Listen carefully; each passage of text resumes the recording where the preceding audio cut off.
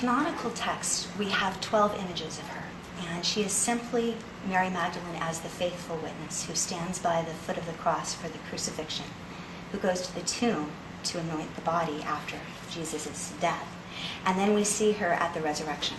That's who Mary Magdalene is: follower, disciple, loyal witness.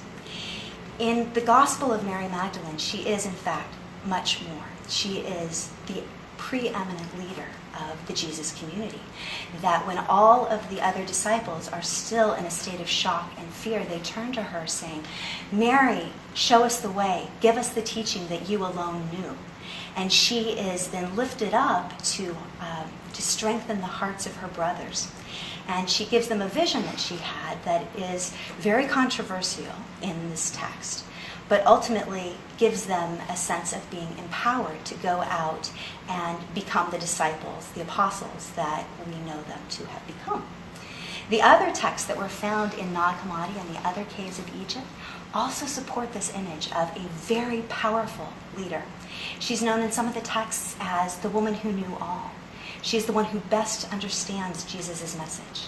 She is the disciple who asks the most question, who Jesus says, "Blessed art thou amongst women, for thou hast drank of the waters of wisdom." So she is an extraordinary figure who seems to be, in these texts, the closest to Jesus, the most insightful, the wisest, as well as being the most faithful disciple that we have in the canonical Gospels. Do we have any information from those Gospels, from the Gospel of Mary, about her background? I mean, that's another thing that, people debate over. Was she a prostitute originally? Was she? I mean, there's lots of those things. There is absolutely nothing in either the canonical or the Gnostic texts that support the image of her being a penitent sinner or a prostitute. Nothing. Okay. That was primarily a 6th century invention that confused Mary of Bethany with Luke's unnamed sinful woman who anoints Christ's feet, with another real historical figure who was named Mary of Egypt, who was in fact a penitent prostitute. And all of that got confused and mushed together and emerged then by the 6th century when Pope Gregory the Great gave an Easter sermon in which he declared that Mary of Bethany, Mary Magdalene, and Luke's penitent sinner, who was presumably a prostitute, were all the same woman.